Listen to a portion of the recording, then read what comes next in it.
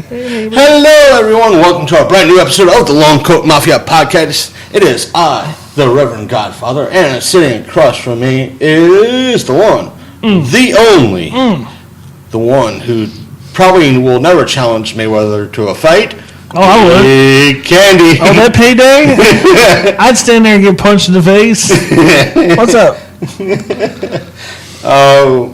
So how's things been going? It's been at least a few weeks. It's been good. Keeping busy. Did a couple of shows with the Horror Geek stuff. Fairly successful. Trying to do an Indiegogo campaign right now. Trying to raise some funds. Yeah, I saw you at the saw the photo of you at the Alamo Draft House in Winchester. Yeah, we did 2 nights there during their Psycho-Rama 2 thing. They had a lot of good movies. They played a lot of stuff, including Brain Damage, which I thought was hilarious that they put that in the theater. So we were there in the lobby for 2 nights for about 4 hours a night, and made a lot of good connections, met a lot of good people. A lot of people stopped by that were familiar with what I'd done before. And I think that kind of gave us like the incentive that we want to expand the business a little bit, because there's a lot of things we want to do with it, and a lot more artists and things we want to collaborate with in the future, like as far as like products that we want to put out ourselves, opposed to like buying or wholesaling things. A mix. Yeah, having a real good mix of stuff that like really shows off like talent of people that I know or people that I'm friends with and stuff like that, and like local artists that do a lot of horror stuff. So we want to eventually get into that stuff. I've been for those who are friends with me on my personal Facebook page, know that I've been battling the evil vampiric bugs. As to kind of quote Casper Van Dien, the only good bug is a dead bug. You maggots want to live forever. I think I got the handle on the problem before it got way too out of hand. So good. Instead of seeing a shit ton of little fuckers, one every 10-15 minutes, I'm seeing maybe 3 every 4 hours or something like that. That's good. So it's a matter of maintaining that. I don't know what it's like. We had mosquitoes in our house, like infected in like our house, and we didn't know where they were coming from. But what it was there was like sitting water underneath our porch that they were coming out of, and I actually had to go down there and clean all that out. And then like I had to literally get in and steam our couch with like a handheld steamer, and like pretty much like clean it out to get rid of like any bugs or mosquitoes that had, because they were biting us. We're like, what the hell is going on? We couldn't figure out where they were coming from. We were getting bitten in the house, and then I figured it out. And I just had a buddy of mine, one of my buddies said, hey, you got it, because most of what I had was the bed bug variety. Right. And for those of you who don't have at home or wherever you're listening to this, don't have a washer dryer at the house, you got to go to the laundromat. Oh yeah. And that sometimes is where you pick up this shit. Yep. And what was happening is, Big Candy could see my arms are looking way better than they were. Yeah. That's because of the treatments, the spray I've been using. And my buddy said, oh, you got to use this powder. It has some sort of fine borax. not borax, fine earth. It's like something with a D, diatomatic earth or something like that. It's it's like a very fine ash. Diatomaceous earth. Right. Yeah. And between that and the spray I've been using has been, I caught everything in time, and I missed a spot. I didn't realize there was another spot where they were all gathered up at, and I was wondering, why are my legs, my arms are getting better, but my calves are being eaten up and chewed up and, boot off stage, to quote Eminem. I'm like, what the fuck? And I look down, it's like I see a whole mess. I'm like, oh, so that's where you little fuckers are hiding. So I grabbed the powder, I put the powder down, I grabbed the spray, load it up, so it's, things are just, when you live in a very drafty house. Yeah, that's how it is. Just, it's just very. Yep. Like our problem is our floor, it goes like rug, floor, dirt. No, that's my house. It's like, yeah, not so much rug, it's like floor, dirt. We don't have a basement. Yeah, right, so. And as you know, once it rains, you get that, I smell musty. Yeah. It gets weird in the house. So that's why I tend to use incense every now and again. Yep. To get that, keep the smell at bay. And keep down the sound of the ganja, right? I don't I don't do that. We also had the Eclipse this past week Yeah. 2 weeks ago. So Did you go watch it? yeah, You got your glasses? got the glasses for free. Did you see the pictures I was taking? I think so. With the demon in the sky? Oh my God, it scared me. And the thing was, I got the. I don't even know how I was trying to figure out how that happened because it was such a weird picture. Like I was trying to take a picture through the glasses with my iPhone, right? I was trying to do the same thing with mine and my iPod Touch. Yeah. And it just wasn't coming out right. Right. It would either come out to where you couldn't see the eclipse part and you could only see the sun, or you got that weird effect where it was like you could see the reflection from the silver. Yeah. Well, that's what happened with this photo. It reflected the silver, but it also picked up the eclipse kind of in the reflection off the lens. But it picked up the clouds too, and the clouds people would have to see it, but it formed like a face with like the eclipse being one of the eyes. And the thing is, what the fucked up part about is that our library, as fucked up as they are, and they kind of still are, is that they apparently had a little booth up handing out glasses at the booth. They ran out. Oh, free ones? The free ones. Wow. And the day of, they said, all right, we only have about 50 in reserve, and we have another maybe 20, 25 that you could share. Right. They're the libraries, that way you could share. Right. And so there was a line. I was probably number 20, 25. But you had people, there was a legitimate line, and people were just coming up from the back. Oh, can I get a pair of glasses? Okay, here. There's a fucking line, motherfucker. Oh, you know how it is. And I had a bunch of, I had an African American family behind me going, literally saying the N-word, going, there's a line. And I was there laughing my ass off, but since it falls on, like today, this recording falls on a Monday, I went to where I volunteer at, and I was pretty much the only motherfucker with a pair of glasses watching the eclipse. And for those who don't know, when you drop me off, I'll show you where to drop me off. I'll go volunteer. You'll meet her. Oh, okay. She's literally that thin, the thin of that mic stand. Oh, Lord. She's like that thin, but she wasn't geeking out over the fact that I had glasses so she could watch the eclipse. She was dorking out. She hit a whole new level. She was legitimately dorking out. It certainly was a weird day. I mean, I remember when it first started, Crystal, my wife, she was about to head to work, and it looked like I had blue blockers on. I was looking outside there. Everything was very polarized. You know what I mean? Yeah. Like the clouds are you could really see the clouds, and the sky was just, it was it looked like it was about to rain. And then it kind of got even darker and darker. It never got pitch black around here. Right. Because we weren't. But still, it was kind of cool, Yeah, we weren't in a 70-mile path, but it got weird looking. I think 2024 is the next path across the United States. It comes south to north. Yeah. And we might be within that range. Yeah. We might be a little bit closer to not complete darkness, but we'll get roughly the same amount. Yeah. Which that's why I'm going to be holding on to my glasses for the next 10 years, 7-10 years. But hey, it's free. I'm a hoarder. Fuck it. The coolest thing was, one of the coolest things that I saw was, did you see the Ozzy concert? No. At Moonstock, they did something called Moonstock. No shit. So when the eclipse happened, they started playing "Bark at the Moon," right? And during the song, it went from day to night, and then right on the money, it was the eclipse. Yeah, during the song. And a guy was recording the whole thing on his phone, and he was pointing at it. You could see the eclipse happening as they were singing "Bark at the Moon." Did you see that aspect of the guy who said I want to? He did the math to where the International Space Station was going to go over. Oh yeah. And he did the math in reference to whether the eclipse was going to be full eclipse and where the International Space Station was going to go over. Right. And it turned out it was going to be right on this rancher's place. Yeah. He got permission to set up. He rigged the guy's glasses with the film and stuff. Yeah. So it's hey, if you want to we'll just set up. As soon as it's over, we'll break everything down. We'll clean up and so forth. Yeah. If you want to come watch with us, that's fine.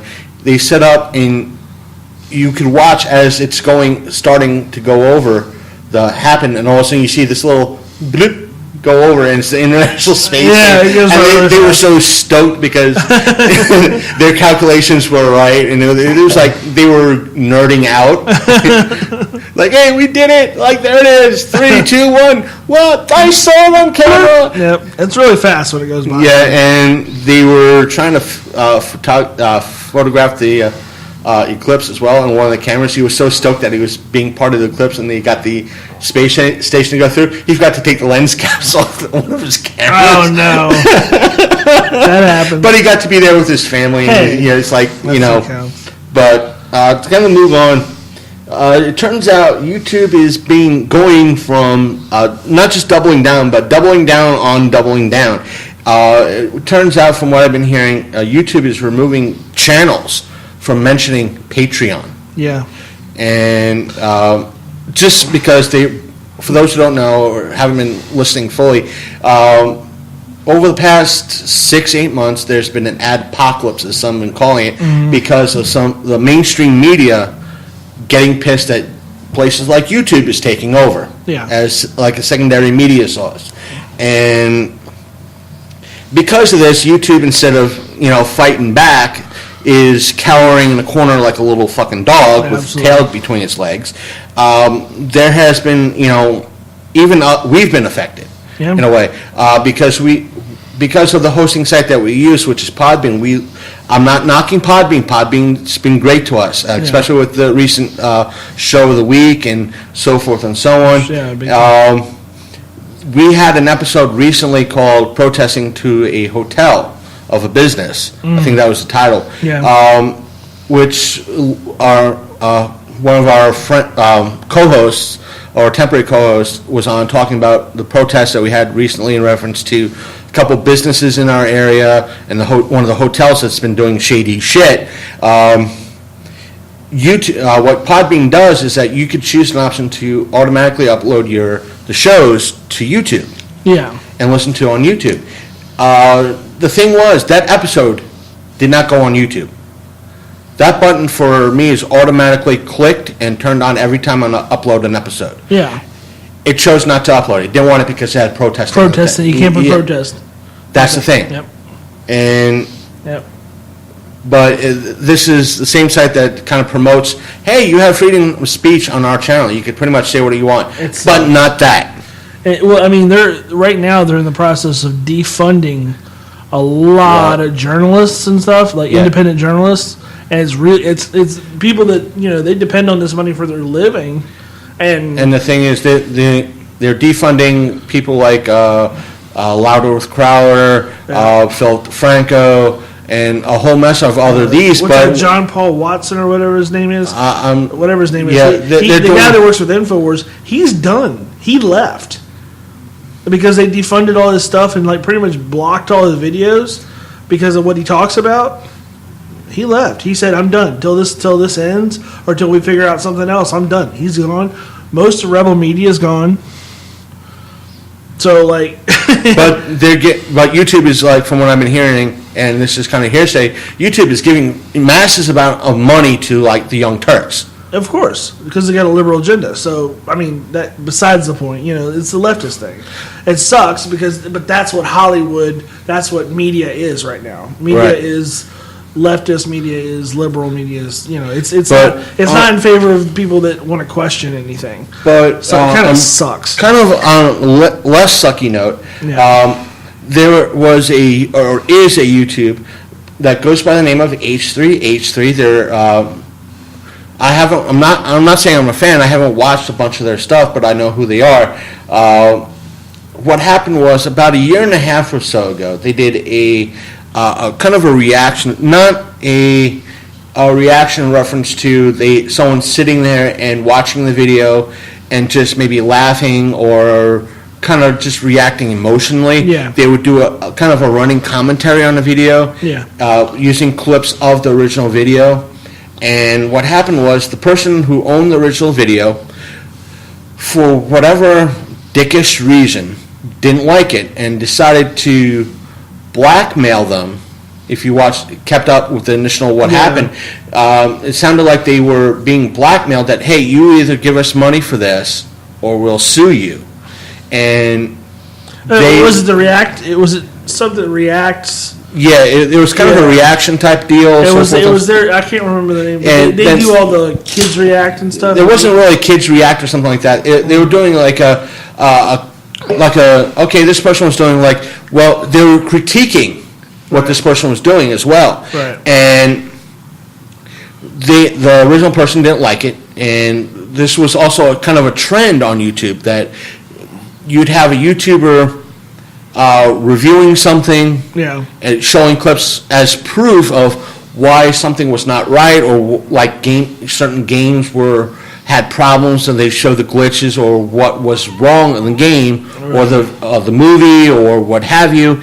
And you'd have all these people, the original owner, saying, "Oh, I don't like that review. I don't like this. I don't like how he said this or she said this. Mm-hmm. I'm putting a copyright strike on it, and I want it taken down." Yeah. And you have a lot of other YouTubers saying, "Oh, I just don't like this person commenting about my videos on my channel, so I'm going to keep copyright striking, until their YouTube channel gets shut down." But what happened was this person decided copyright strike, lawsuit, take him to court. And what happened was Philip DeFranco came up and said, what's going on with H3H3 is, in essence, he didn't say bullshit, but that's what he implied. And he started kind of a GoFundMe type campaign to get funds for H3H3 for their lawyers and so forth and so on, which turned out to be a total of over $1.5 million. Yeah, wow. And they went to court. The court, I think within the past week, made a final judgment in favor of H3H3, of course, saying that what the video was, if you look, I recommend everybody going to H3H3's channel, and to find out the details, but I'm just summarizing up what happened in the court.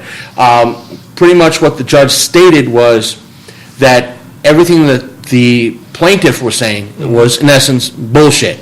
Right. They didn't have a case.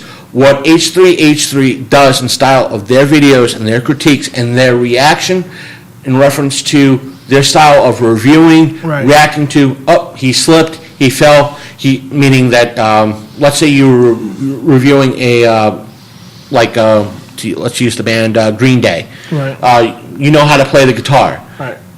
And you're just reviewing how their lead guitarist is doing the song, and you're commenting as the music plays or right after a little bit of a clip. Right. That style is legit. Right. Falls under fair use. Fair use, absolutely. And the judge, to clarify, says someone just sitting there with the video playing and just either smiling, laughing, and not just showing emotion, not really saying anything, does not really fall under fair use. It has to be some sort of clip commentary or commentary over the clip. Yeah. That is fair use. So in essence, this case set in other words, precedent. they're not just rebroadcasting someone else's content with your photo with on your photo on it, or your video streaming along with it. You have to give some sort of commentary in other along words, with it. Just like with, it falls under like plagiarism and copyright with known works of art or other people's media. It is fair use if they put it out there, but if you change it as a parody, so say like somebody puts a picture of like Mickey Mouse out, but I put like Popeye's head on him or something, or like put a skull face on him, or make him look like a pirate or something. Kind of like what a Dead Mouse kind of does. Yeah, so like I'm doing that. That's considered fair use because you're changing the character enough that you're not infringing on the original copyright. And so, like I said, this sets precedent, so everybody who kind of does a top 10 list of certain videos, anime, horror flicks, that way New Line Cinema can't really come in and say, hey, we're copyright striking this. And that way, because what would be next is they'd say, well, you didn't put enough of our videos in your top 10, so you can't have this list. But that someone could say top 10 New Line Cinema. Yeah. Right. But no, because people are...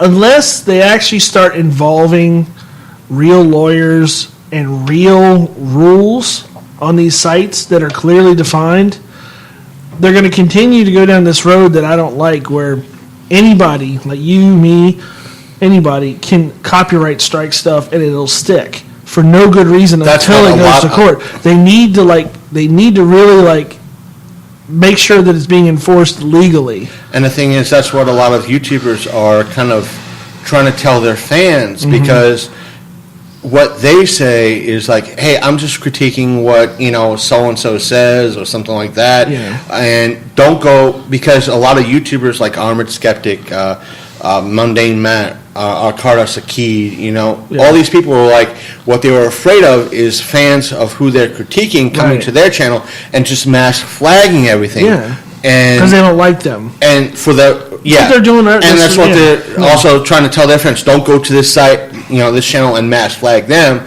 But they have fans that just do it anyway. Right. I'll be the hero. Yeah, I'll be the hero. Yeah. But recently, what also came out as well is that Arcada Sakid had an issue with Sargon of Akkad? Yeah. Arcada it's been a long week. I have not been sleeping well. Sargon had a problem with that. Had a problem. He apparently had a video back from November. He did. He trimmed down to like a minute and a half. Right.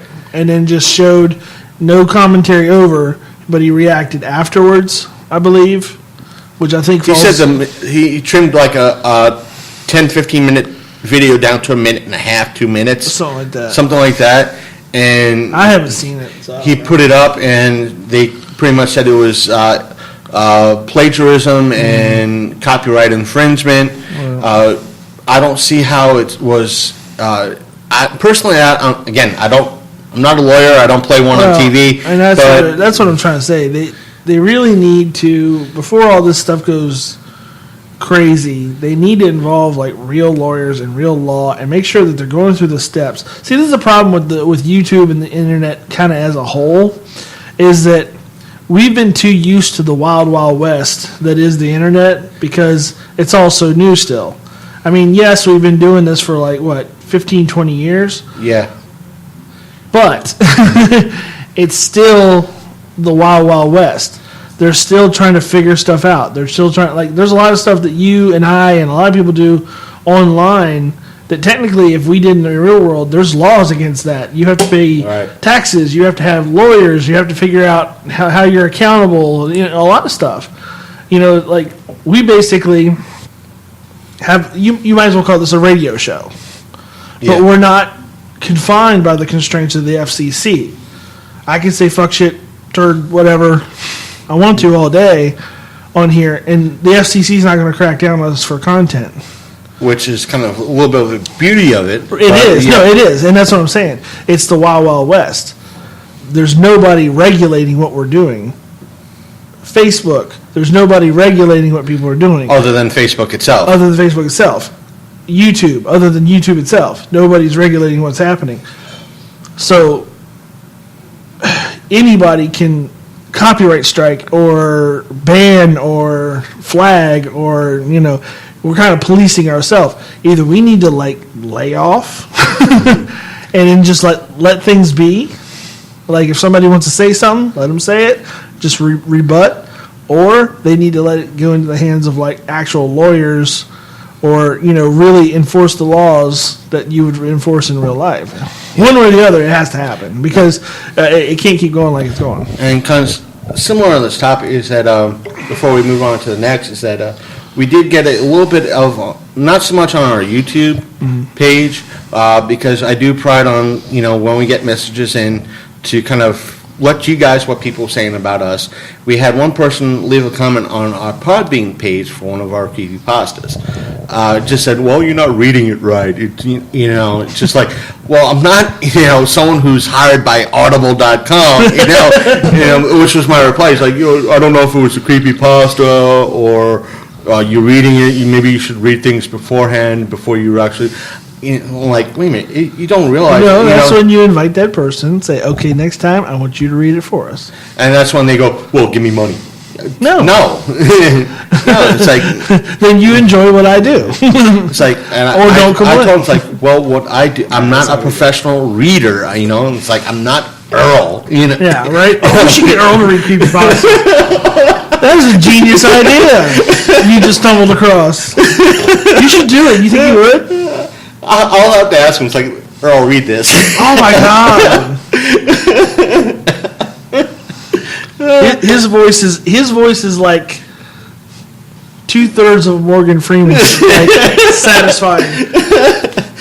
Yeah. Earl, read these creepypastas. Get Earl to do it. Oh my gosh. Yeah, I can't wait. Get him to do like 2 or 3. I'll buy you a meal at Blue White. It's on, man. We got to get Earl. It's like, I'll get you some takeout at Ting Ting, something. But, you know, it just, you know, like I told him, it's like, my reply was, I'm not a professional reader. Yeah. My style isn't style with those who just read them. If you don't it's like content, you know. If you don't like it. It's like, I wasn't interested. Yet, I've got, you know, hearts on some of the ones that I've read. You know, so I'll just do it for shits and giggles. It's content. It's something to play in the background. Exactly. Nobody's mad at you. It's all love. It's all love.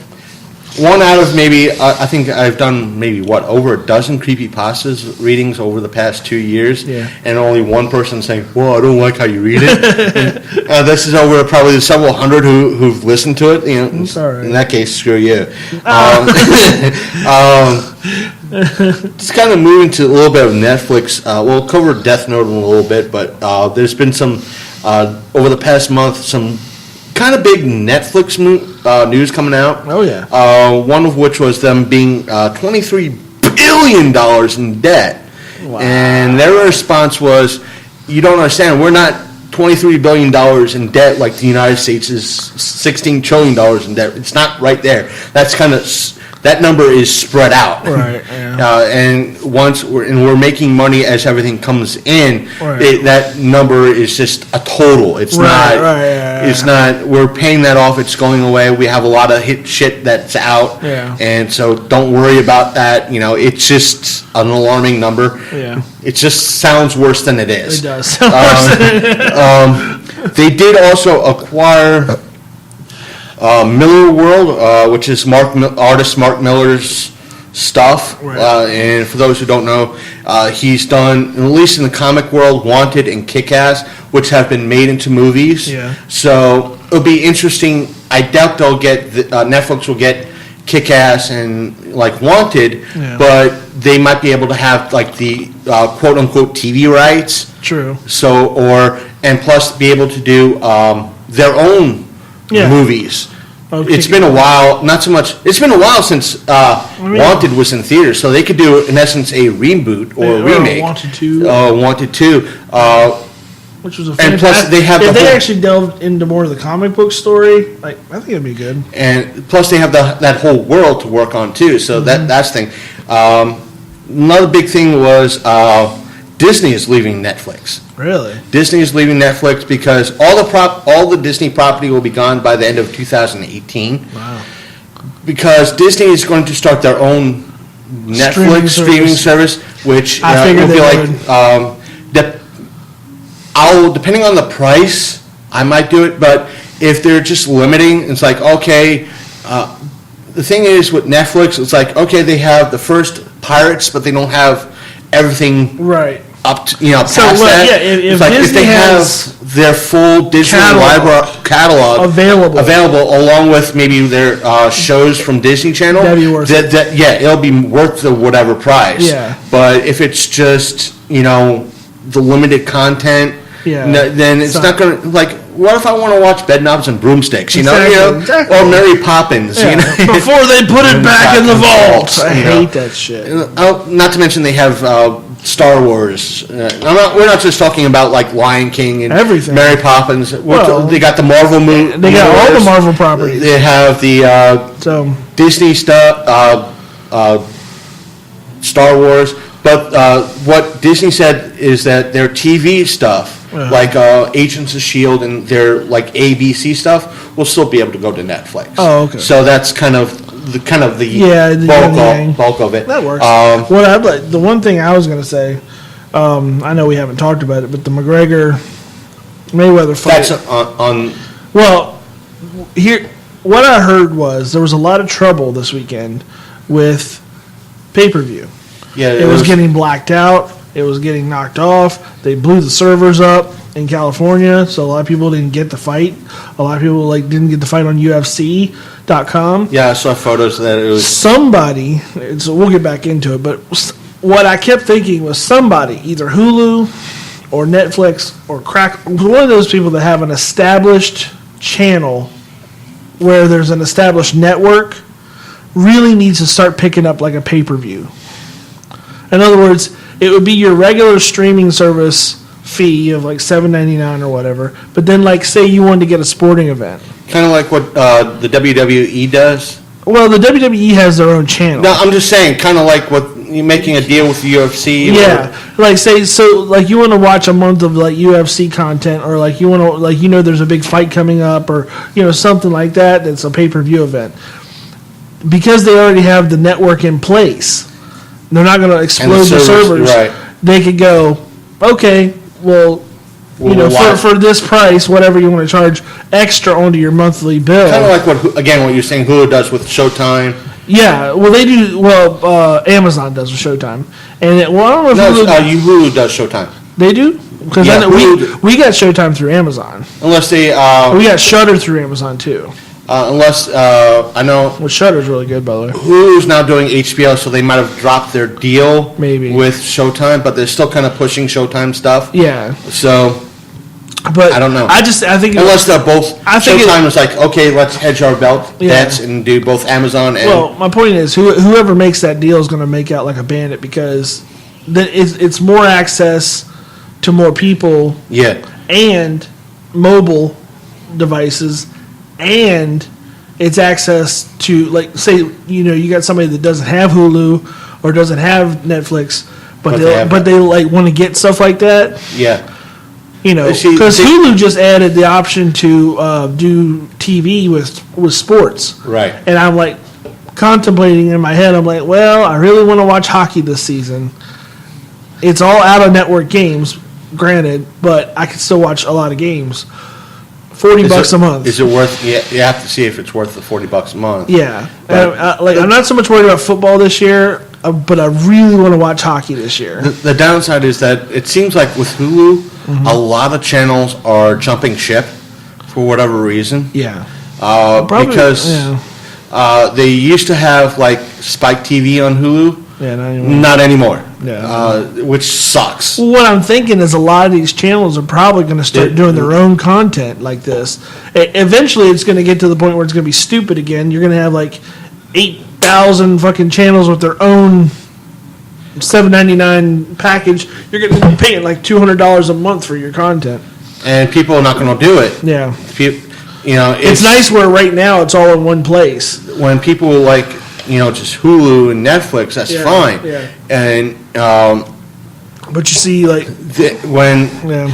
I'm not lumping the CW app in this because they're the ones, when you have apps like the CW, but Fox, and NBC. CW jumped ship from Hulu. That's why I stopped watching The Flash, because I would have to wait for Flash to come on Netflix a year later. I still haven't watched it.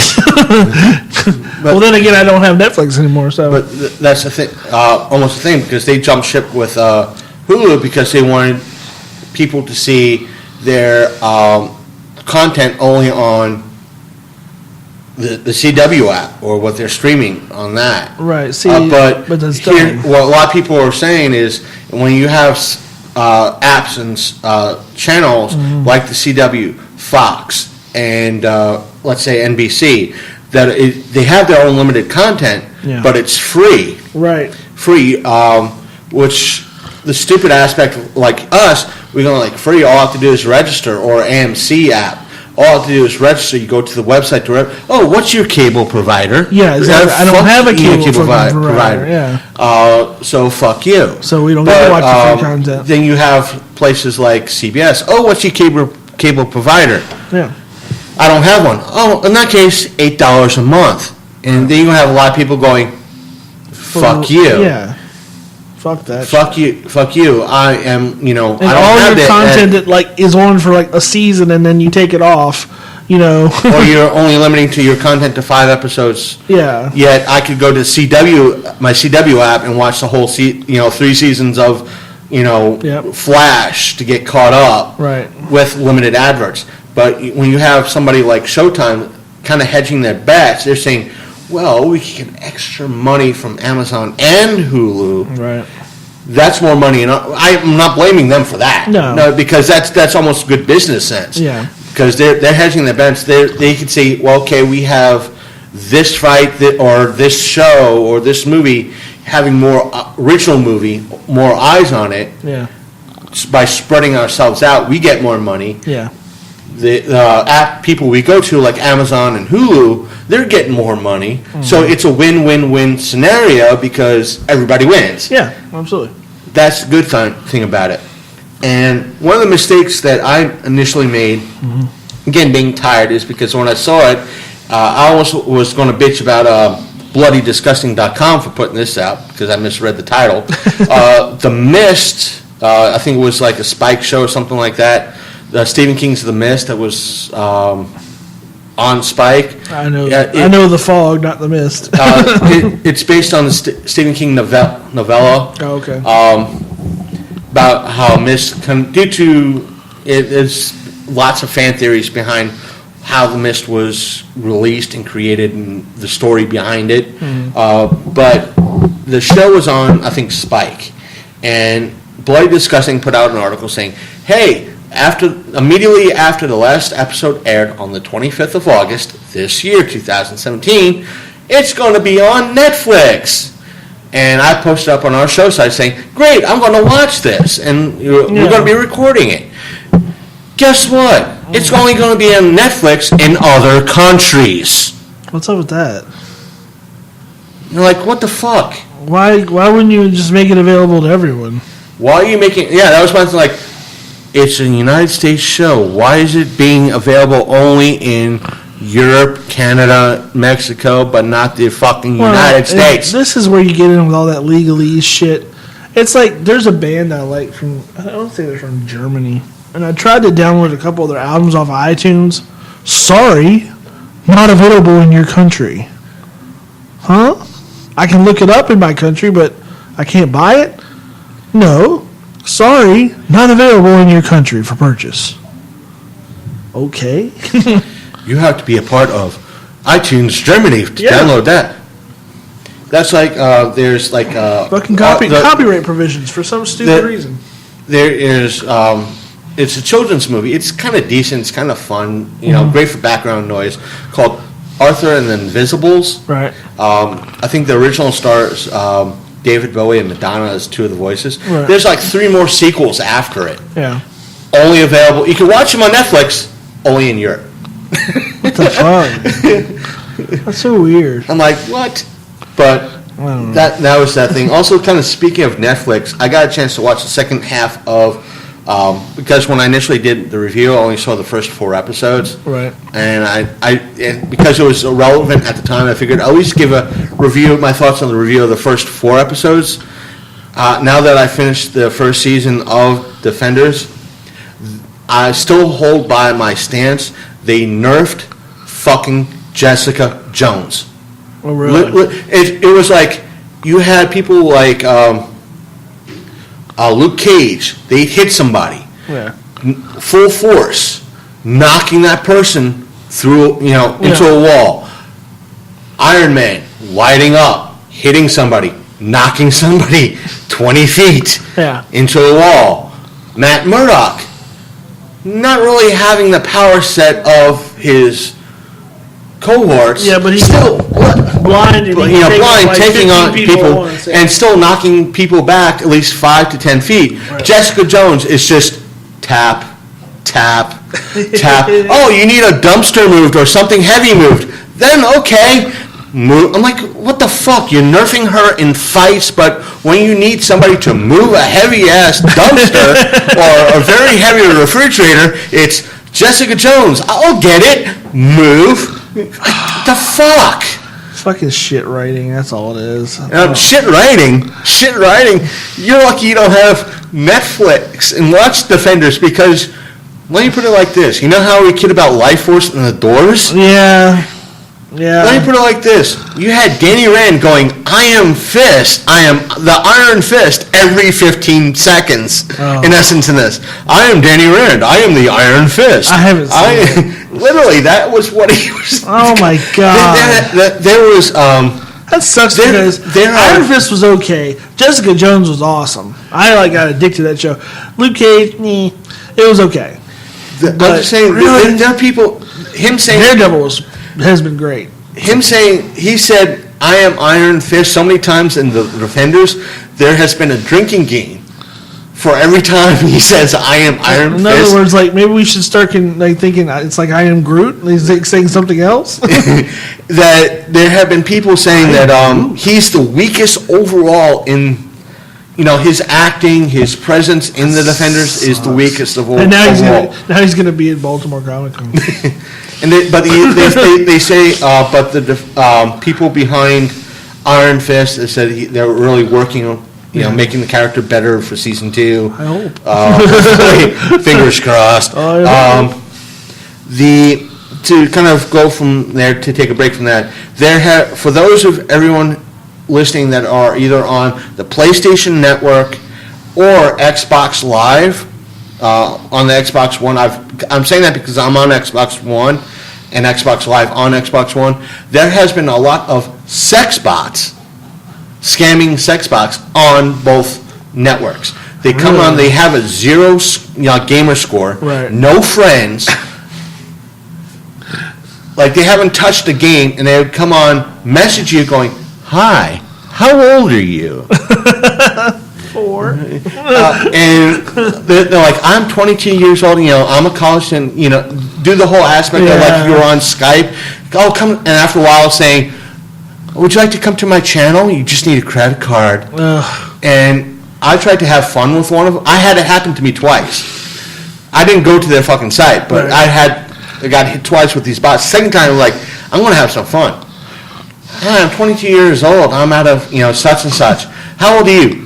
14.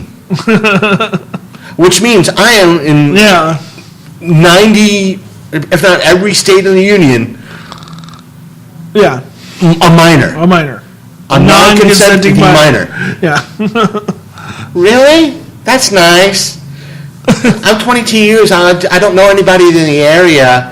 Would you like to visit my site? It's a cam channel. You do realize I'm 14 years old, right? I'm a minor. What you're doing is illegal. But you'll have so much fun seeing my tits. I type in, bitch please. How am I a bitch? You're a fucking slut. I'm 14. What you're doing is illegal. How am I a slut? Do you want to see my toys that I'm going to be using? No. All you need is a credit card. I don't have a credit card on this.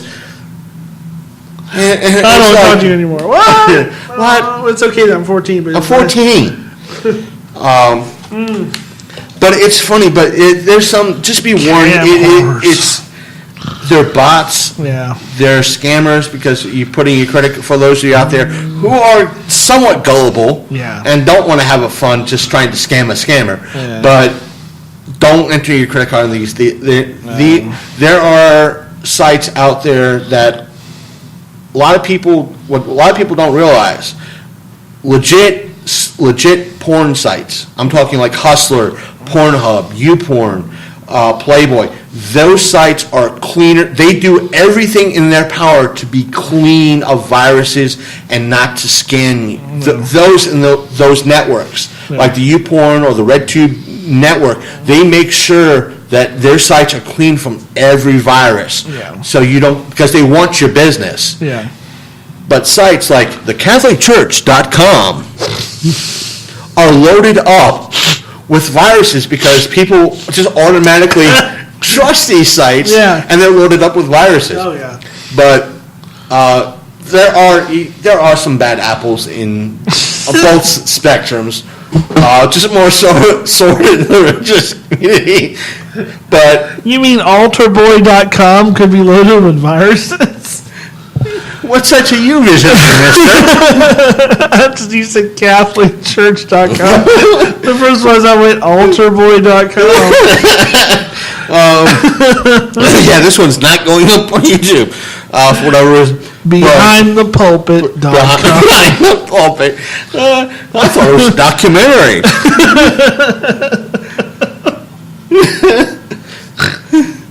No. No. Moving on.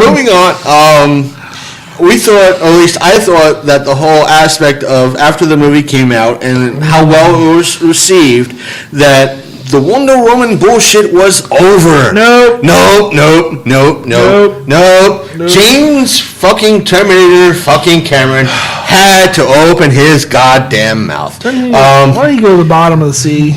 Yep, he did. He said James Cameron came out saying his dislike of Wonder Woman, saying that, and I'm quoting here, she's an objectified icon, and it's male Hollywood doing the same old thing. What? And he also went to say, I'm not saying I don't like the movie, but to me, it's a step backwards.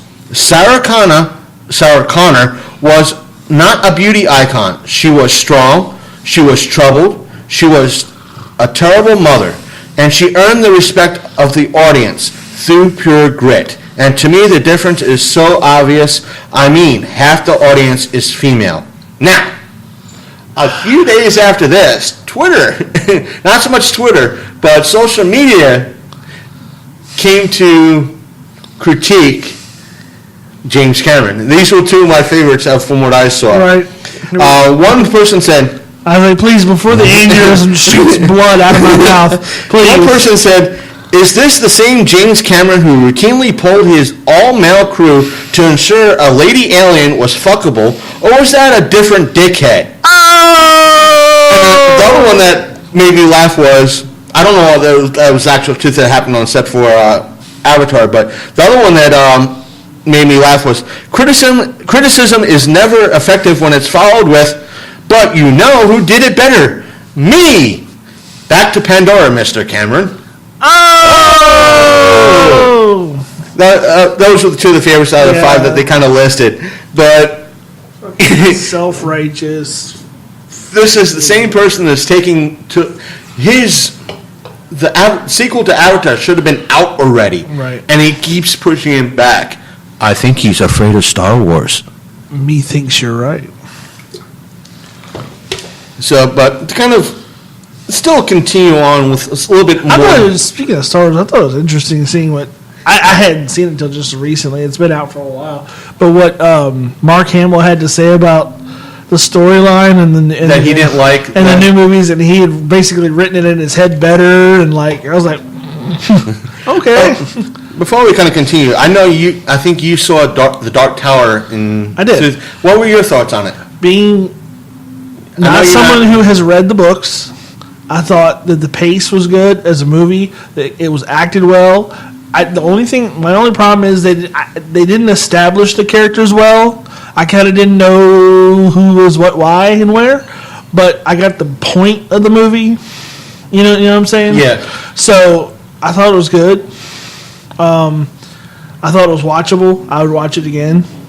But I know where a lot of people who read the books are having problems with it because basically they're saying that it had nothing to do with. That's what I said in my review. It was loosely based on an idea of the book, right? And I understand that, and I also understand that, like from what I've heard, is that the director or the producer or somebody said that it wasn't supposed to be the books; it was supposed to be an alternate dimension version. That was Stephen King. Okay, yeah, he said it was supposed to be like the books, but like movieized. Right. That was pretty much Stephen King's view of it. Yeah. I know, like I said, did he have anything to do with it? Besides, I don't know. This to me, that was again one of the problems is that it was kind of like how you read World War Z, right? Yeah. The movie was vastly different from it wasn't the book. Yeah, it was like the book was kind of a diary of the events following the World War Z. What happened? Right. The movie was that was Brad Pitt running around getting chased by zombies everywhere he went. That was my kind of viewpoint in reference to Dark Tower. It's a similar aspect. You can't really fault someone like Stephen King or Matt Brooks or Max Brooks in reference to it, because it's their job. As soon as it's been opted for a movie, they have to kind of, even though Stephen King's explanation of it makes more sense in the realm of the Dark Tower books, but it's very loosely, and again, as I stated, coming from somebody who's never read the books, like, at all, like, I thought it was good. I thought Idris Elba was really good in it. I would have liked to see more background on his character, though, because I didn't understand, why is he the gunslinger? What does that have to do with anything?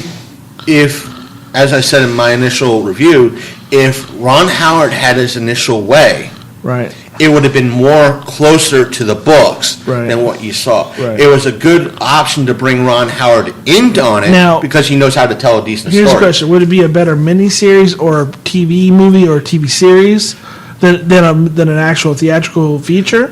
What Howard's initial plan was 3 movies, then TV series. Okay. And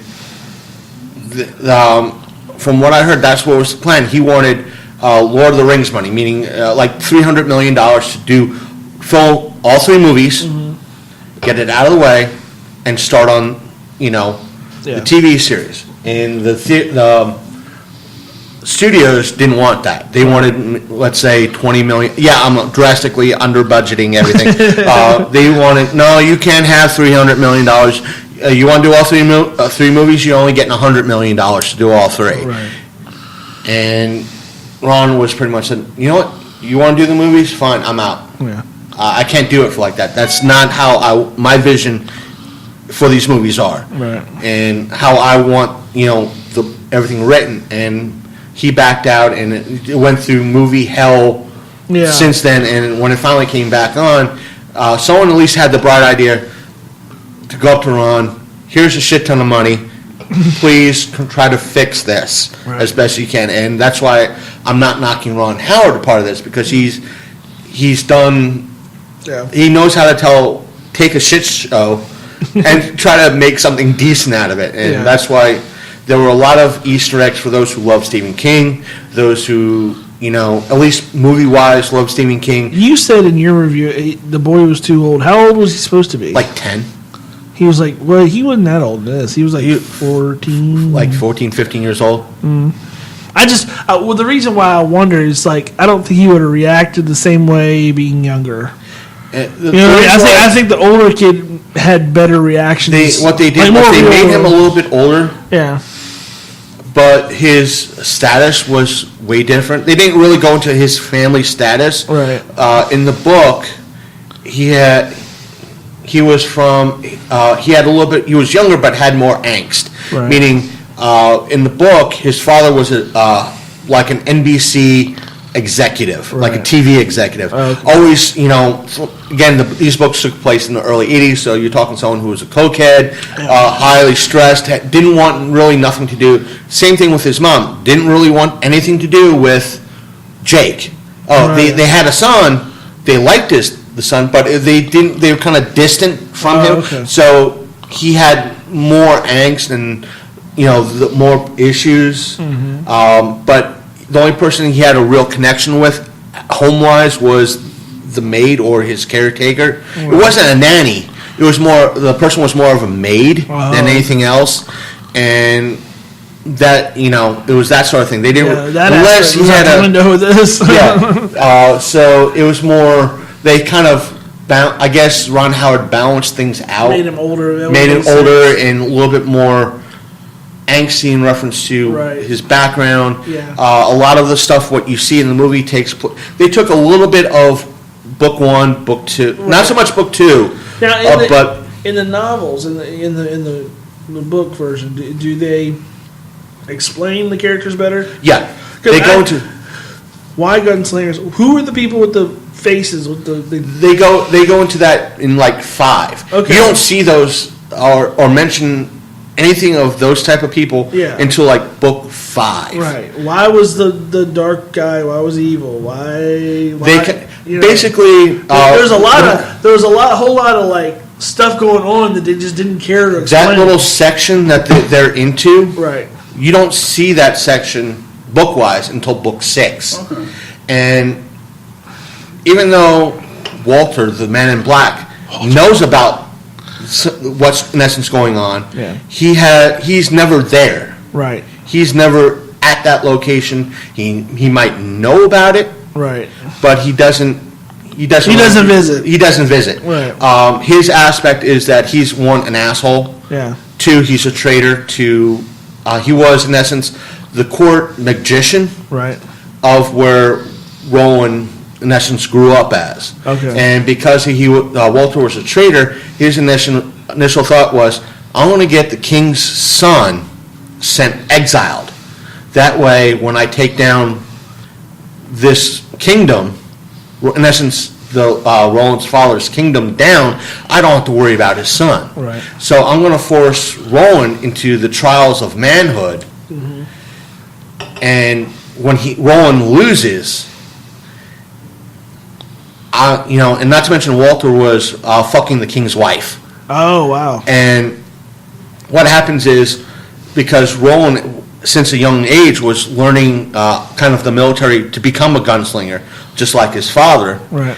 He went through the trials of manhood at like 13 instead of 16, 17 years old, and he won. He became, in essence, was considered a man. Right. And in the book, he says that as soon as that happened, the first thing he did was, hey, I'm a man now. He hired a prostitute and fell asleep after, his in essence, his first time. Right. And he said he woke up to his father calling him, a cunt bastard, ripping, not proud of him for, achieving, being the youngest to achieve, but doing it so young. Right, yeah. And, being so cocky. And he said, as he tells us what happened in reference to his father, he says, when he tried to defend himself, but in essence saying, but Walter's fucking mom. Oh. And when he told his dad that, his father turned to him and responded with only one sentence of a few words, and that was, I knew for 6 years. Oof. Wow. So that you have that aspect. I might actually have to read these books. If you have, I have them on digital. Okay. So depending on, That'd be much better. so depending on your level of, I think I could find like an iPhone version of. Oh, okay. Or if you download the Kindle app, I could send you the mobile files. I'll contact Uncle Joe and just remind me at some. See if they can fall off the back of a truck. Right, digital truck, but just that it was that aspect. Yeah. There it left me wondering. I mean, like I said, I liked the movie a lot. I liked it a whole lot. But it just left me wondering a lot of stuff. Left big holes for me. I was like, it's not just, you have that 7-book main arc. Yeah. But the way Stephen King has written the tales, you don't have to read everything else. You can just read the 7 books and know what's going on. That's the main beauty of the 7 books. Right. But he's managed to weave that universe in his other storylines. Yeah, so that's I saw aspect. you mentioned that, his universe, is all connected. In a way. In a way with that, okay. Right, cool. But you don't have to really, concentrate, I got to read this book to find out, like what Marvel or DC would do. You got to, you could just read those, and that's all you have to read. Yes, there's branches off. Right. But you don't have to. Yet some people will say that, there's 8 books due to The Wind Through the Keyhole.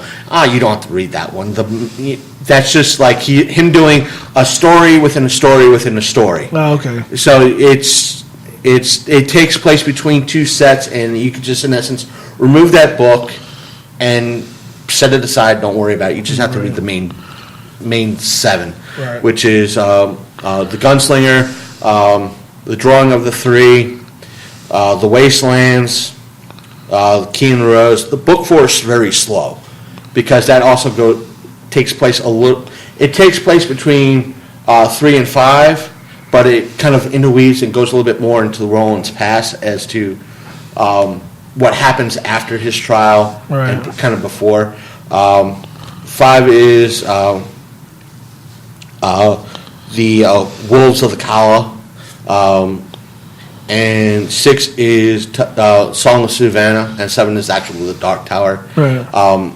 And with the movie in your mind, as you're reading, you'll see each. Okay. They go into one thing that I didn't bring up in the review is that Roland watches the advert with the talking raccoons. Yeah. In the book, there is this breed of animal called a billy bumbler.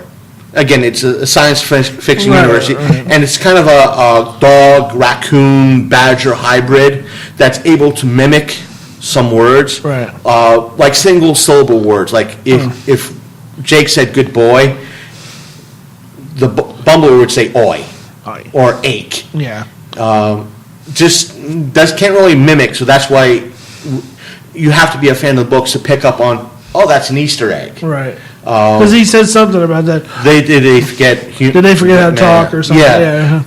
But when Jake says, it hands over the can of Coke and says, Roland's like, "What is this?" "Oh, it's sugar." Yeah.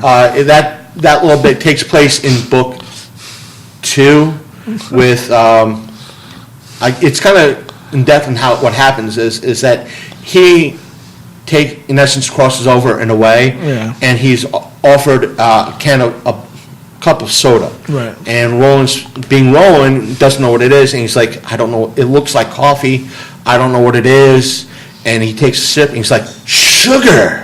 Yeah. I know what sugar is. This is sugar." But where he's at, he's dealing with someone who's in essence a cocaine smuggler, and he's like trying to use logic, like, "Wait a minute, is this regulatory to like what I'm trying to deal with this person?" No, this is available. I got this over the counter, and he's using like simple logic. And he's like, "This is the same thing Walter put in his coffee every day." Yeah. But it's that sort. Again, you'll see the Easter eggs, or the Easter eggs will come into play more and more. I see.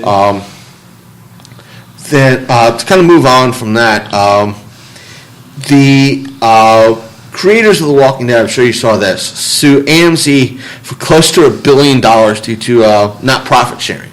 Obviously, they have. I saw something. Basically, from what I've been hearing, is that they have in their contracts, like Robert Kirkman has, like, hey, for all the toys and the merchandising, we are supposed to get X amount of money off of that. Right. Apparently, due to internal bookkeeping, yes, I'm using air quotes in an audio podcast, but they're not one. Even though the people that handle the products, the merchandising is still part of AMC, they're not. They were, I guess, told by AMC, don't tell us how much everything is making. Right. That way we, plausible deniability. In essence, plausible deniability. Exactly what that it's just one of those type of shit shows that, hey, somebody found out that they're making way more money. AMC is making way more money than what they're telling all the showrunners and the creators and the producers. Right. And that's how it's like, wait a minute, that's our money. The fuck. Right. You're not giving us the money that they should be making. Absolutely. What was also funny is that not even a week later, Bill Nye comes out of the woodwork and starts to sue Disney for similar issues over the Science Guy. Oh no! And from what I read in the article, is just that the last payment that Disney made to Bill Nye was a couple of years ago for $500,000, and Disney was pretty much like, "No, you actually owe us money over certain things." It didn't go into too much detail, but it was just like Bill Nye. It seemed like overall Bill Nye was going like, "Hey, shit's going down with AMC. Maybe I could get into this." Yeah, right. And he stirred the pot and got screwed. Not cool. Not to mention, we called this. I'm going to say this. We kind of called this a few months ago. Oh, we're good at that. I don't mean with the Bill Nye shit. Just saying, this wouldn't be the first time that odd shit has happened. What we're about to mention is that news came out recently that Wizard Magazine is returning. Bang. Which is odd. It's like we kind of called that. They should, kind of like the magazine should come back. It should. I said somebody's listening to us. I think I forwarded that to you when I saw the article. I was like, somebody's listening. I think the first instance was like when we were talking about the whole social justice Marvel thing, and all of a sudden. God, that's gotten so much worse. What's his name came out and did the same word, almost the same wording, but better. Yeah. Ben Shapiro. Ben Shapiro. I was like, oh motherfucker, who the fuck's listening to our show? Apparently, it's getting more listens than Podbean's telling us. Yeah, right. Fuck. We are ahead of things. We are ahead of the curve. Just that it's. I want to see if they do some sort of like a price list. It'd be nice to see a price list. It'd be nice to see, like they said, they're going to do it quarterly, which is awesome. I think that's more appropriate. If they don't, I don't want them to do news. They don't have. There's no reason for them to do news. If they do good articles on ideas in comics, if they do interviews, if they do things that pertain to comics, the industry, and not comics like right now. They'll be fine. These are hot people. Yeah. Drawing contest. Or a little bit of decent price list in the back. Yeah, and a really neat. Yeah. It doesn't have to be a tight, high-end price list. Just general. Just the top 100 books. Right. Even. I'm not talking 10 pages front and back, or i.e. 5 pages total. I'm talking at least 10, 15. Like it used to be. Like it used to be. Mainstream some of the indie stuff like let's say Walking Dead and even though it's Superman, Batman, and so forth. That's what I'm saying. Like the top 100 ever, or at least the ones that are like hot, the ones that are the prices are changing. Right. There's no reason, and that's part of the reason why they stopped doing it. To keep publishing books that Overstreet takes care of. So Overstreet takes care of books as a whole. So, where the Overstreet 2017 price guide has every book in it from every unknown publisher, past to present, and the prices for each book laid out. That's fine for Overstreet. Yeah, Overstreet is, for the folks at home, very standard. That's standard. But for the common person, it could be very confusing. That's why there's usually a lot of other price guides that are out there that I've enjoyed. Yeah. That are they're more mainstream. Where Overstreet might say Batman 400 is $15. Some of the ones I like that are a little bit more detailed, right, or a little bit more gun for the average person will say $10. So that way it gives a range. Here's the problem with Overstreet. They have their system of good to excellent. Right. So you have to know how to grade comics in order to figure out what your book is worth. Right. And they're very meticulous. The only thing is, if you know how to read that guide, it's in the back. If you actually sit there and you take 20 minutes and you read that guide that tells about browning, it tells about corners, and it tells about gloss, it tells about staples and centering and all kinds of, all that kind of stuff. If you have any sense of collectability, if you've ever done this before, you'll get it, and you'll be like, okay, I can grade my own comics now. It's fairly simple. I get that where for the more common person it sucks, because if you're out somewhere and you're like, oh whoa, you can't really do that with a book. I like where Wizard used to be. It just gave a low and a high. In the absolute worst condition, you will get this much. In the absolute best condition, you will get this much. And you can look at it and go, it's about fair to middling. And the thing is, what Wizard would do is that they stopped doing it. Yeah. I don't know if Overstreet does it. They'll give let's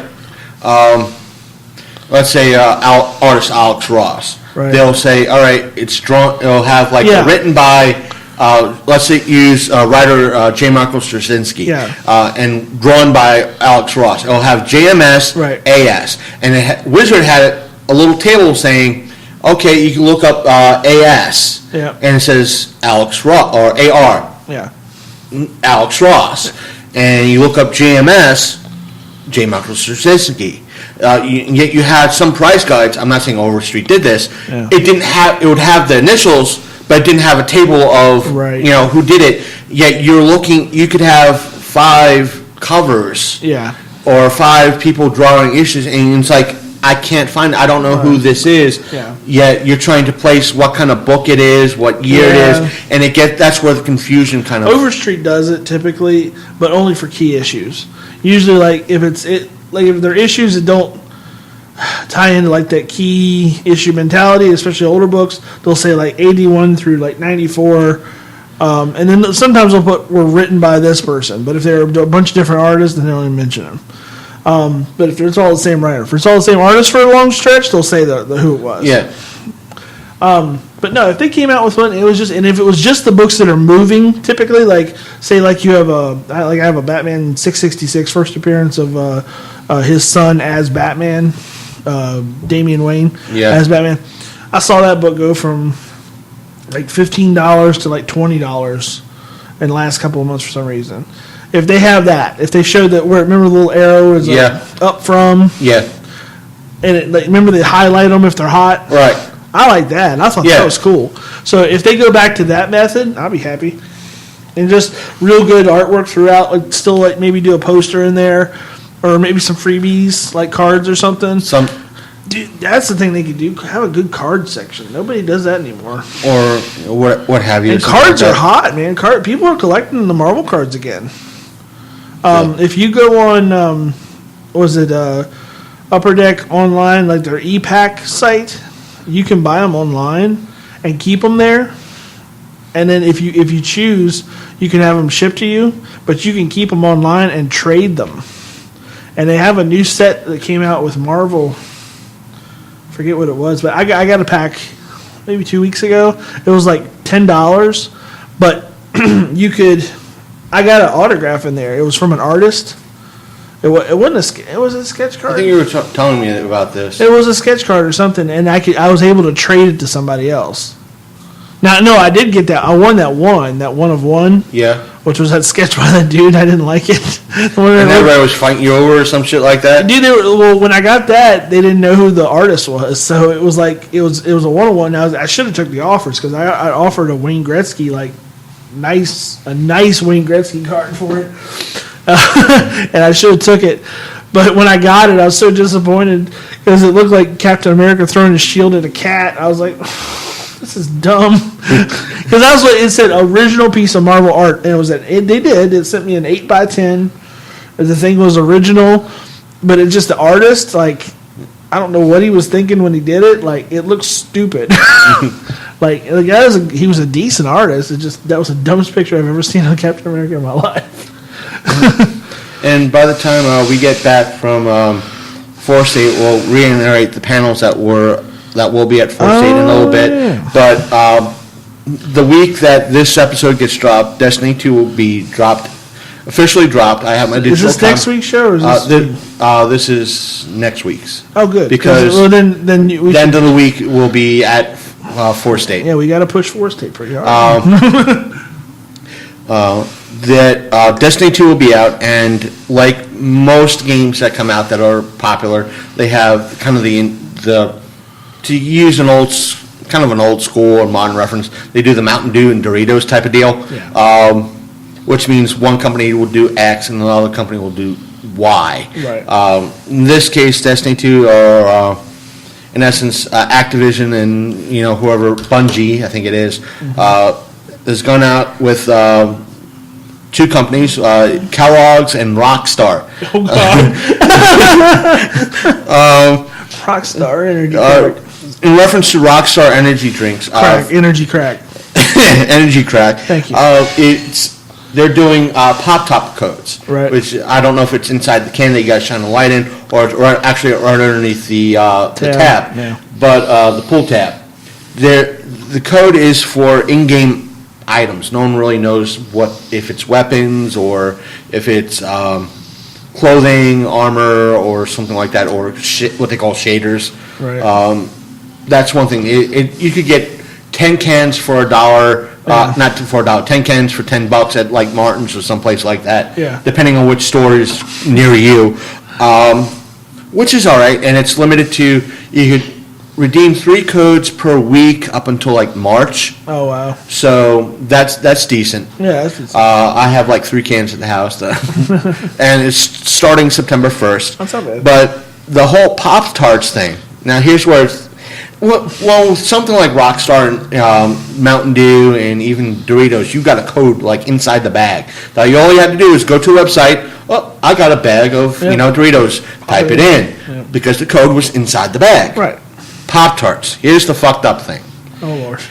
What Kellogg's has done is that once you buy a box of Pop-Tarts, now I'm a cheap bastard. What I do is like, hey, you drink Rockstar? Yes. Can I have the tab so I can use the code? Do you play Destiny 2? No. Can I have the tab? The code. Yeah. And I'll enter in the code. I did that with Mountain Dew. Right. I knew everybody who drank Mountain Dew when Halo 4 came out. Right. I had a shit ton of like caps from Mountain Dew, and all I did was type in the codes. Right. Because everybody I knew drank Mountain Dew but didn't play Halo. Right. And that's easy. Kellogg's, you buy the box. There's no code in the box.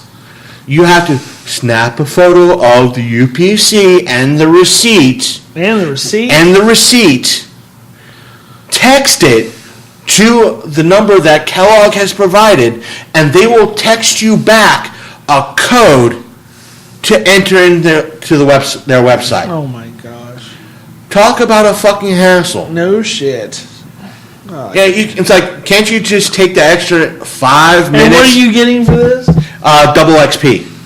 Okay. Was that great? Is that good? Well, to level up your character and get better, sometimes better quality items, you need to be a higher. Is it worth it?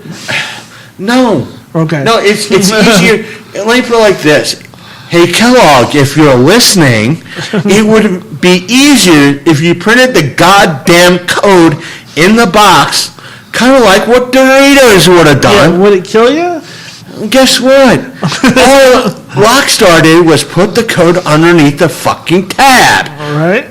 So I guess I'm not buying Pop-Tarts for that. Oh. So, No. I know there's a lot of titles that are supposed to be coming out soon for Xbox. Hello Neighbor for my son, and of course I want to get Battleground. that was the cutest part of the that I was him talking.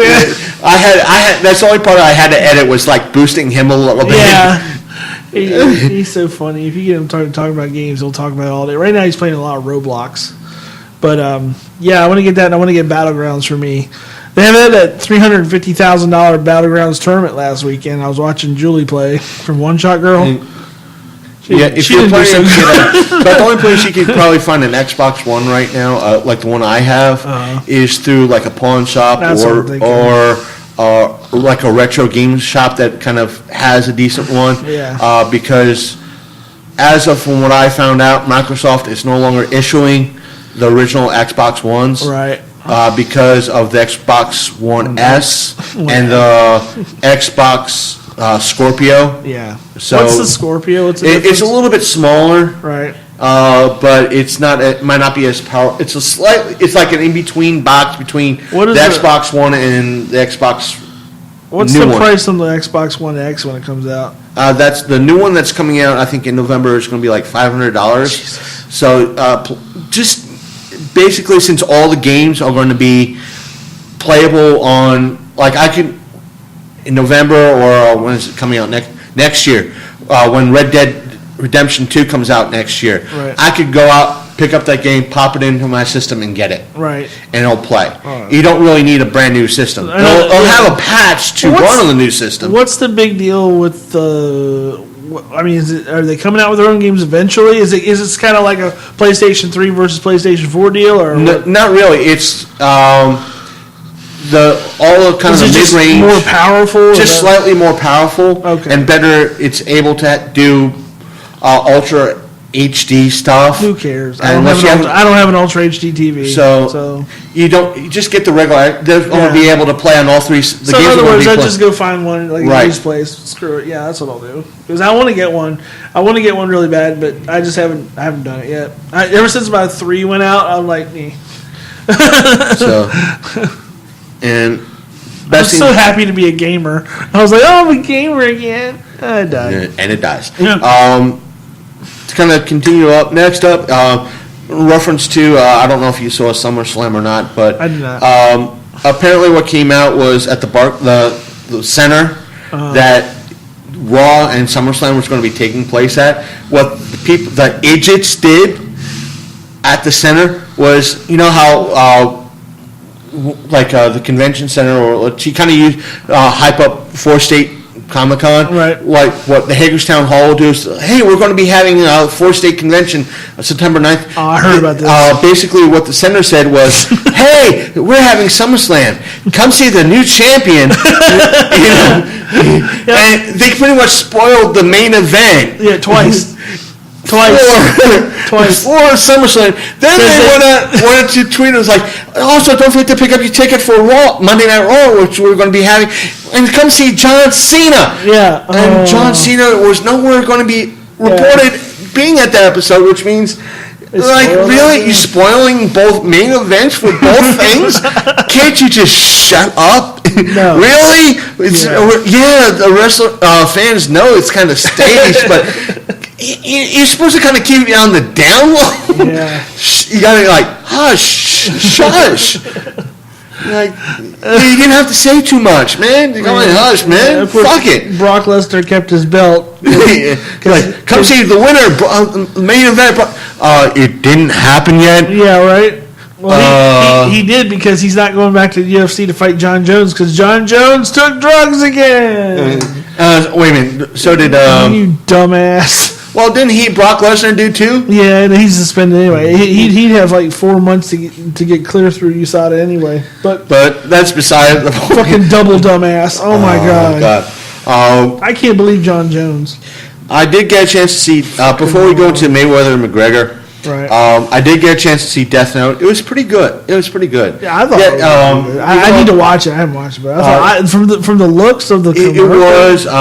What's his name did a very good job as the demon. Right. Yeah, they took some liberties with it, but it seemed the way they had it written. Right. Seemed like it was something. It was like kind of a continuation of the story, which means where how they had it set up. It was like you had this original anime thing. From what I was told, there was 2 live-action movies after that. Right. And the way they had it kind of written, the mentality I get, or at least what I got out of it, was that this takes place after, even though it was the same, supposed to be taking place in reference to the original anime, it looks like it takes place someplace after all those storylines were done. Right. Kind of like saying, this is, kind of way explaining, this is why everybody here looks American, this is why everybody's this and that. Right. It's the same type of characters, but it's like taking place like somewhere else. And it's its own separate storyline than all this. See, that's what they need to do, because but you have all the fans will cry. You had all the fans going, "Ow my ass! Ow my ass! Yeah. Ow my ass! Ow my ass!" That's shut up. The anime fans say, "Ow my ass." The comic book fans say, "Ow my childhood." That's like, would you all stop? Or I should say, the anime goes, "Ow the tentacle! Ow the tentacle!" We don't have anime fans to listen to us. Yeah, so fuck them. Ow, the tentacle! Ow, the tentacle! Ow, the tentacle! Wrong hole! Wrong hole! But hopefully we'll get... I just got word a couple of days ago that Andy, he was on like earlier this year, last year, something like that, talking about anime, and he knows a little bit about MMA. He wants to come back on and talk about wrestling and anime again. So we'll get him on again and work things out and talk about anime and what his thoughts in reference to some of the, like Ghost in the Shell and Death Note. See what his takes on his viewpoints about that and some of the wrestling stuff. Now, before we close up, because we're trying to rush things yet, because our time today is very, very short. Very limited. Again, but we thank the Daily Grind for allowing us and fitting us into our crazy schedule. We had before we go into our last topic, I had been having a lot of schedule changes at work, reduced schedule, increased hours, and changing a schedule. And I do thank Big Candy for coming today and recording a Hostful. It works out better in the long run. My schedule hasn't changed. But we had this past weekend, as of this recording, we had the Mayweather-McGregor fight, which was in essence known as boxing versus the MMA. McGregor will not go past 4 rounds. He will not land a punch. And turns out it was a good 10 rounds. Did you watch it? No. It fell off the back of a truck and I watched it. Uncle Tony. Uncle Tony. Yeah. Uncle Tony. I wasn't going to watch it. I was going to just watch the results, but I was on Platinum Card Breakers watching them break sports cards, and one of the guys in the chat was like, "Hey, it's on here," and like provide the link, and was like, "I'm not going to click that." Click, and and so it was on there. I think a lot of people did that because from what I hear, like we were saying, like it got blown out. The servers got blown out in California. It was like $1 billion event. Yeah, it was $99. Mayweather got like $180 million for it. Yeah, he won. Spoilers, he won. Yeah. And McGregor got like 100. No, he got. I was hearing like 75. Well, with all the endorsements, it was like over 100. But fight wise, it was. Fight wise, yeah. We're talking fight wise money. Way. Those two made so much money. Yeah, fight money or purse money, if you want to call it that. Yeah. Well, Mayweather got 175 mil, and McGregor got 75. But I'm sure there was way more than that after endorsements and all. Yeah. The breakdown of the whole thing, to be honest, it was a good fight. As far as I want to talk to a few people in reference to it, I got to contact him again because things kind of fell through. Life happened with him because he was on our show a couple of months ago. Yeah. Reverend Jay Leal from Scott Cruz said, I was on your show, you got to be on mine now. So we worked out a deal, and he kind of forgot about it. I'm not knocking him. He's got a baby boy. Right. And he said he was spending a lot. He completely forgot, and because he was playing with his baby boy, who is named Bane, by the way. Bane, not Bane. Oh, Bane. As in Bane. Oh, wow. As the Batman's backbreaker. I was like Bane. That's funny. But no, Bane. That's cool. So I'm not blaming for that, but I do want to get with him to reschedule. In reference to hopefully with me covering Otacon and after our panel, I'll try to get in touch, like bug him in reference. When do you want? I want to be on. He's a nice guy. Yeah. But with the fight, to have McGregor last 10 rounds is pretty damn good. Well, I want to say that as someone the funny part is I think Mayweather. Everybody thought Mayweather was kind of underestimating him, and I think he actually knew who he was going up against because that's how according to him, that's how they planned the fight. They wanted him to throw his big punches and kind of wear himself out, so he gassed himself out in the first couple rounds. Kind of like how Ali did with like a rope-a-dope, just wear him out. Yeah, he wore himself out, and I could see him doing it too. Like when I was watching it, I was like, he's wearing him out because he started. You could see Mayweather getting more and more aggressive as the rounds went on, and when he thought he had him, you could tell he started doing things that were unlike Mayweather. He was going after him, which he never does that. So it was strange to see that. I don't like Mayweather at all. On a personal note, as a boxer, I can respect his skill, and 50-0 is something to be proud of. To go out on that note versus somebody with that particular skill set, McGregor did a really fine job. But he, as a boxer, he's still got a lot to learn because he started throwing hammer fists at one point when Mayweather had his head down, he started doing over, hammer That's fists. doing like what the UFC would do. Yeah, like if he was down and started beating on him like that, and the ref had to be like, no, and everybody's like, no, stop, you're gonna get points deducted, because he was ahead at one point. He had the first 3 rounds. But have you heard what I was hearing today? At least today, I was hearing today. What's that? The fight, boxing. That it was fixed. I've heard a lot of that. The fact that so much from what I was reading, it was that McGregor was pulling punches. They said that. I don't know. The fact that from the footage that I was seeing, along with the commentary, was that he's just making it look like he's hitting. No. That McGregor could actually hit harder than that, and all he's doing is just making it look like he's hitting Mayweather. No, for watching. And they also said watching in the 10th fight, round, you'd have to watch the fight. and he said in the 10th, and they also were saying, even the ref was in on it because the ref should not have called that TKO. A lot of people say that. I tend to agree with that because McGregor was in trouble, yes, but he had not been knocked down. So usually if they call a TKO, it's because somebody is out on their feet and they can't. They're stumbling more often. Right, and they can't defend themselves. Same thing with MMA. If you're on the ground, you're covered up, and you're not throwing punches, they're going to call the fight. McGregor can take a lot more than what Floyd Mayweather was handing to him. I'll give you that. I'll say, that was a little sketchy. The TKO came a little early. I don't think either guy minded, though, because they both got a hell of a payday out of it. It was an entertaining fight. And it wasn't like, again, 4 rounds. Right. Or 3 rounds. Yeah, and it was, like I said, it was entertaining for what it was. Whether it was fixed or not, I have no idea. I have no stake in the game. I don't really care. I watched it for fucking free. I don't give a shit. Whatever.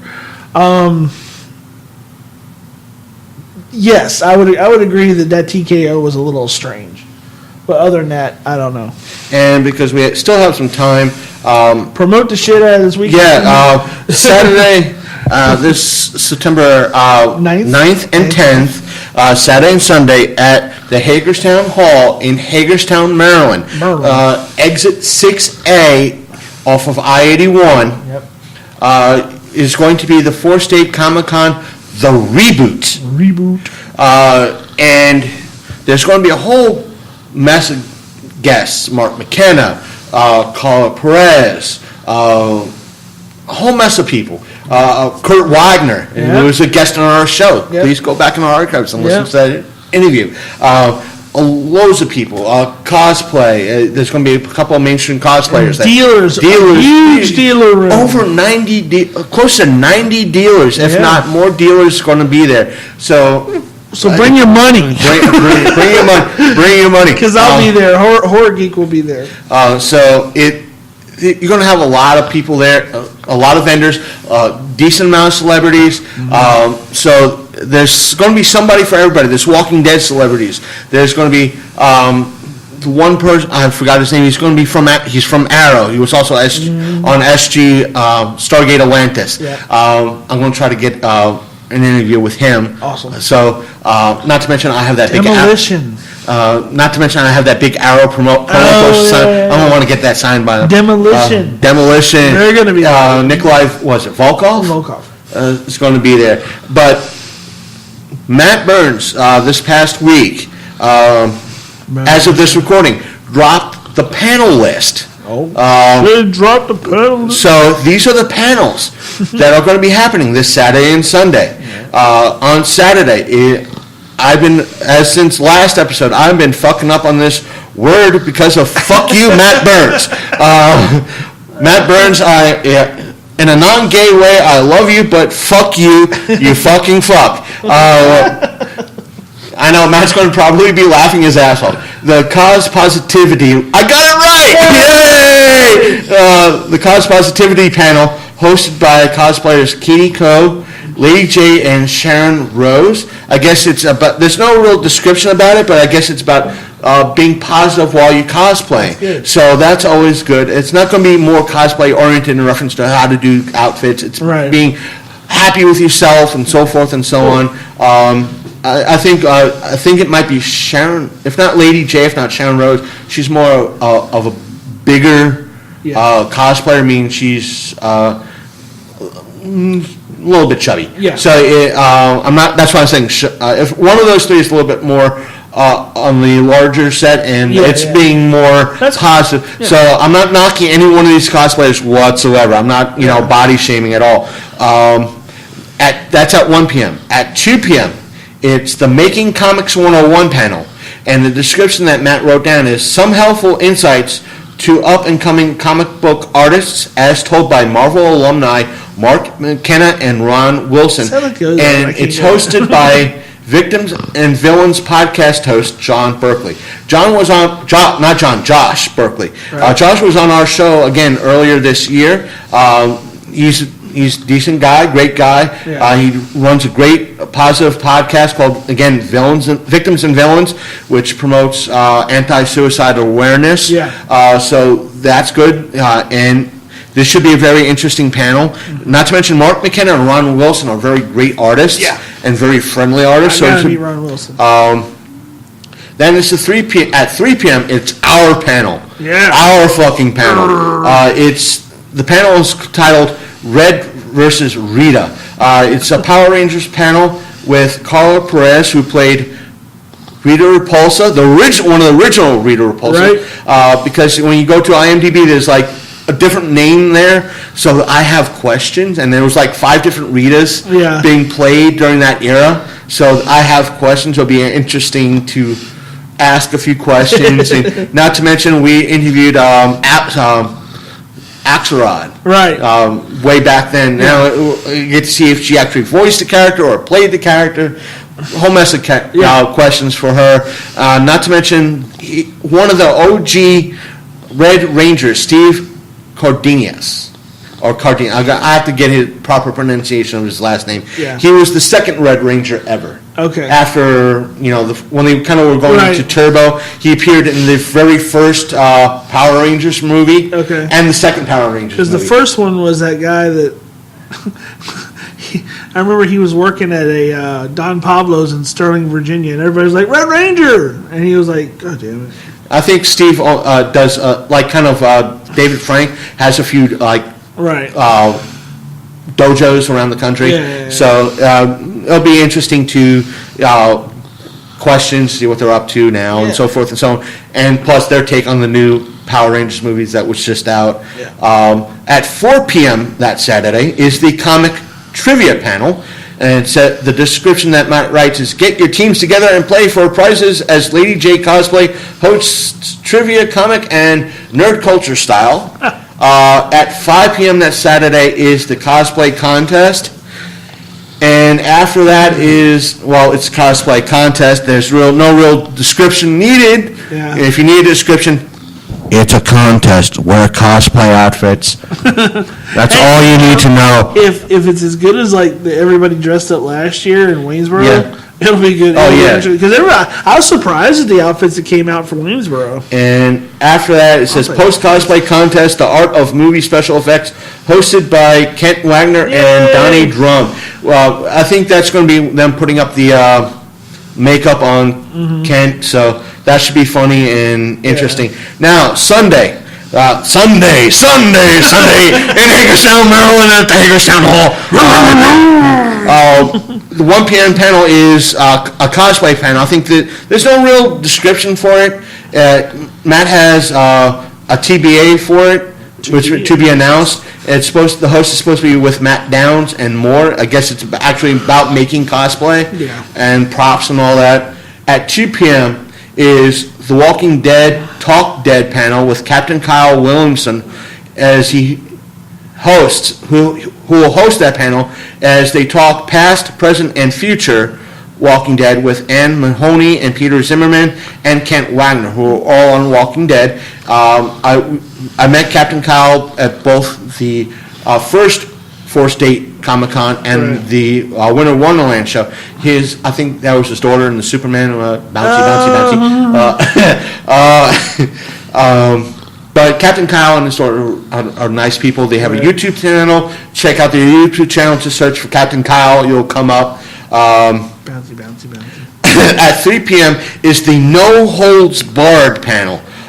It's a wrestling panel with all three-time greats, which is the tag team known as Demolition. Here comes the X. Here comes the Smasher. And the other person on that panel is Nikolai Volkov. Yep. It's hosted by Comics World podcast host and wrestling guru Brandon Myers.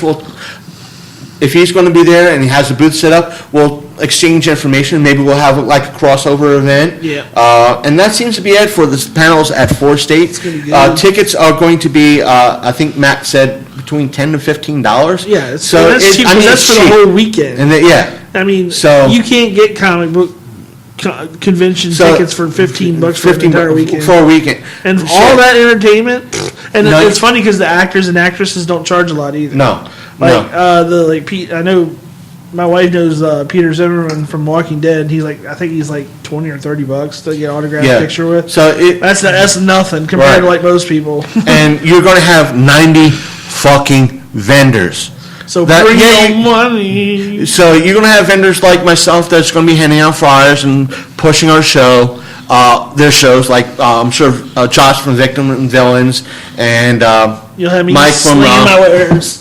from the Comics World podcast. Yep. So you're going to have a few of us like that and trying to network and get together. And you're going to have vendors like Horror Geek, setting up and selling their wares. Yep. Support Horror Geek and, what suits your fancy. Not to mention, if you want, buy some of the prints from like Mark McKenna and Ron Wilson. Yep. Because they. God, I hope I don't spend more money than I bring in. And especially with Mark McKenna, he has the Power Rangers print exclusive for 100.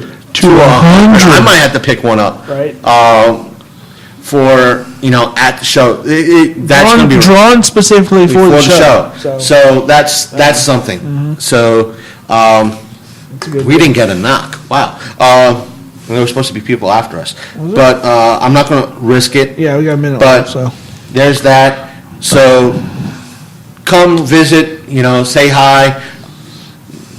wrap it up. Wrap it up. Yeah, wrap it up. Leaving on a freight train. Oh, I thought we were leaving on a jet plane. Leaving on a jet plane. Don't know if we're coming back. Yeah, you'll again. be back next week. You'll be all right. See you next time on the Long Coat Mafia.